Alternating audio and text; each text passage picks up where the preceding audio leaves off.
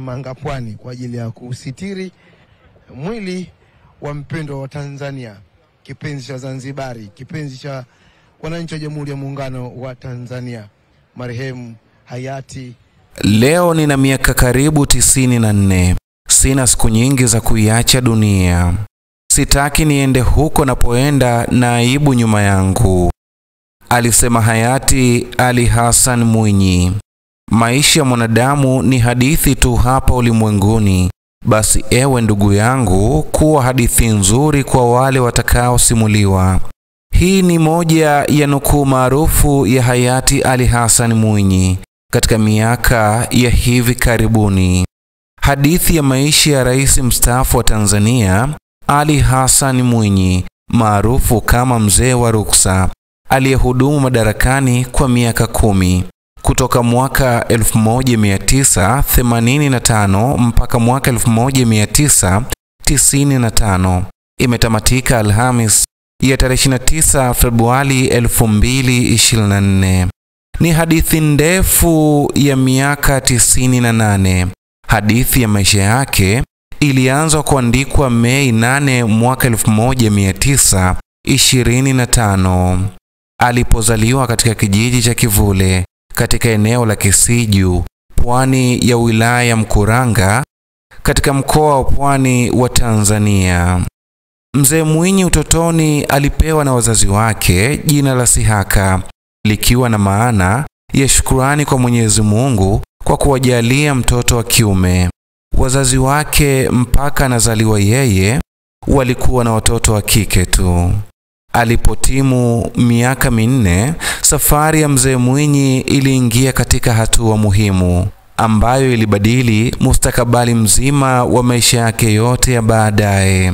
Baba yake Mzee Hassan Mwinyi aliamua kumpeleka kijana huyo visiwani Zanzibar ili akapate malezi ya mafunzo ya kidini. Katika kitabu cha maisha yake kilichochapishwa mwaka 2020, Mzee Mwinyi anaeleza ya kuwa baba yake alitamani awe mchungaji na mwanazuoni mkubwa, na ili kufikia azma hiyo, baba alitamani asome dini mpaka kufika katika chuo maarufu cha enzi hizo visiwani Zanzibar cha Ukutani. Kuhusu elimu ya dini zama zile, wasomi wakubwa walipatikana miongoni mwa watu waliosoma chuo cha Ukutani Unguja enzi zile kwa watu wa Zanzibar na Afrika ya Mashariki. Umashuhuri wa chuo hicho kwa elimu ya dini ulifanana na ule wa vyuo vikuu vya Oxford na Cambridge vya Uingereza kwa elimu ya dunia.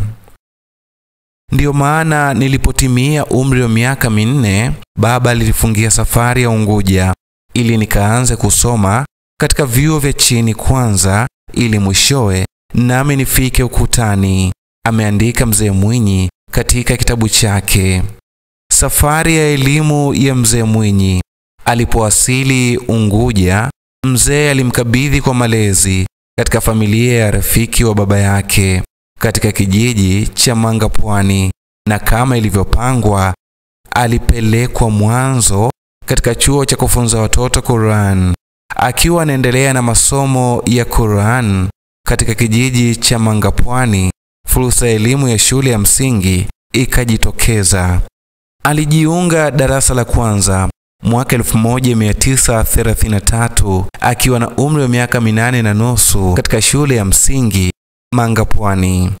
Baada ya kusoma kwa miaka 4 katika shule hiyo, Mzee Mwinyi alikuwa ni miongoni mwa wanafunzi wawili tu waliochaguliwa kuendelea na masomo katika shule ya kati ya Dole ambayo ilikuwa ni bweni na kusoma hapo mpaka darasa la 8. Mzee Mwinyi anaeleza katika kitabu cha maisha yake ya kuwa mpaka anamaliza masomo yake ya elimu ya msingi alikuwa hakosi katika orodha ya wanafunzi 3 bora. Baada ya kumaliza masomo ya msingi, aliendelea na masomo ya sekondari. Baadaye mafunzo ya awali ya ualimu hapo Dole mwaka 1944. Mzee Mwinyi alianza rasmi kazi ya ualimu mara tu baada ya kuhitimu masomo.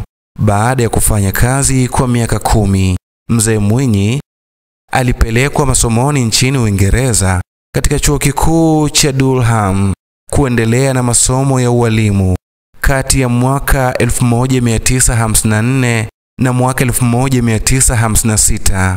Kati ya mwaka 1961 na mwaka 1962, Mzee Mwinyi alirejea nchini Uingereza kwa mafunzo ya zaidi katika chuo kikuu cha Hull, na aliporejea Zanzibar aliteuliwa kuwa mkuu wa chuo cha ualimu, kazi aliyoifanya mpaka mwaka 1964 yalipotokea mapinduzi ya Zanzibar. Mzee Mwinyi aliupenda ualimu na alikipenda Kiswahili. Haikuwa ajabu mara kwa mara kumsikia katika uhai wake akikemea matumizi mabovu ya lugha, mapinduzi na kuingia serikalini. Baada ya kutokea kwa mapinduzi ya Januari 12 mwaka 1964 visiwani Zanzibar, ambapo utawala wa kisultani uliangushwa, watumishi wengi wa umma hasa raia wa Uingereza waliondoka visiwani humo na kuacha ombwe la uongozi serikalini. Mzee Mwinyi akateuliwa na aliyekuwa rais wa kwanza wa Zanzibar, Abeid Amani Karume, kuwa katibu mkuu katika Wizara ya Elimu.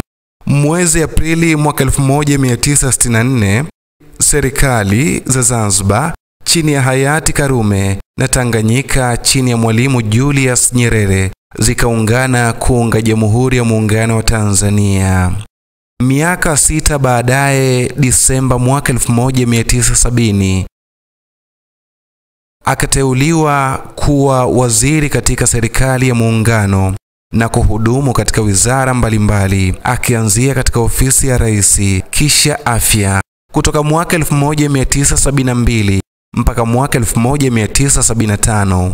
Mwaka 1975, Mwalimu Nyerere alimteua Mzee Mwinyi kuwa waziri wa mambo ya ndani ya nchi mpaka alipojiuzulu mwaka 1977, akiwajibika kufuatia ukiukwaji wa haki za binadamu wa vyombo vya dola katika operesheni maalumu ya kudhibiti mauaji ya watu wakongwe katika mikoa ya Kanda ya Ziwa nchini Tanzania.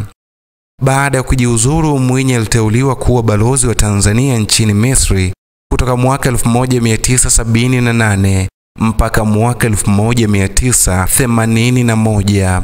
Aliporejea kutoka Misri, Mzee Mwinyi alirudi kwenye baraza la mawaziri la Nyerere mpaka mwaka 1984. Januari 1984 kulitokea kile ambacho huitwa katika historia ya siasa za Tanzania kama kuchafukwa kwa hali ya hewa Zanzibar, ambapo aliyekuwa rais wa Zanzibar Aboud Jumbe alazimika kujiuzulu nyadhifa zote kwenye chama na serikali. Baada ya kujiuzulu kwa Mzee Jumbe, Mzee Mwinyi aliteuliwa na uongozi wa chama chini ya Mwalimu Nyerere kuwa rais wa Zanzibar mpaka kufikia uchaguzi mkuu wa mwaka 1985. Mwaka 1985 ulikuwa mwaka muhimu katika historia ya siasa za Tanzania. Mwalimu Nyerere alikuwa aking'atuka madarakani. Katika kitabu chake, Mzee Mwinyi anaelezea kuwa wengi akiwemo yeye mwenyewe waliamini aliyekuwa waziri mkuu wa wakati huo na mwanadiplomasia mbobevu Dr. Salim Ahmed Salim alikuwa anaenda kumrithi Mwalimu. Haikuwa hivyo. Kwa mujibu wa Mzee Mwinyi, baadhi ya wazee wenye msimamo mkali wa kihafidhina ndani ya CCM walimkataa Dr. Salim na Mwalimu Nyerere alilazimika kumbadili ili kulinda umoja wa chama hicho. Bahati kwa mara nyingine tena ikamwangukia Mzee Mwinyi, mzee wa ruksa. Mzee Mwinyi aliingia madarakani ambapo Tanzania ilikuwa ikipitia wakati mgumu kiuchumi. Alilazimika kufanya mabadiliko ya kisera na kisiasa ili kuchochea ukuaji wa uchumi. Mabadiliko hayo hayakuwa rahisi kutokea kwa kuwa bado ndani ya serikali ya chama cha CCM kulikuwepo na wale walioamini katika kuendelea mfumo wa ujamaa. Hata hivyo, Mzee Mwinyi alishikilia hatamu za uongozi barabara. Baada ya kutekeleza alichokiamini, hali iliyofanya utawala wake ujitanabaishe zaidi na mabadiliko kuanzia ya kisera, kisiasa na kiuchumi.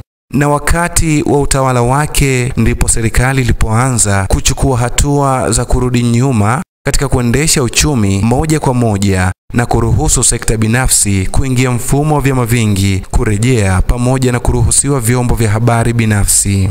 Hayo na mengineyo yakampatia jina ambalo litaendelea kuwa kielelezo cha uongozi wake, mzee wa ruksa. Si wote waliofurahia mabadiliko yake, hususa wahafidhina wa ujamaa. Pia katika vitu ambavyo alikosolewa navyo ni kuwa mabadiliko aliyoyaleta yaliyochochea kushamiri kwa rushwa nchini Tanzania. Katika kitabu chake anataja mambo kadhaa ni changamoto alizokutana nazo akiwa uongozini.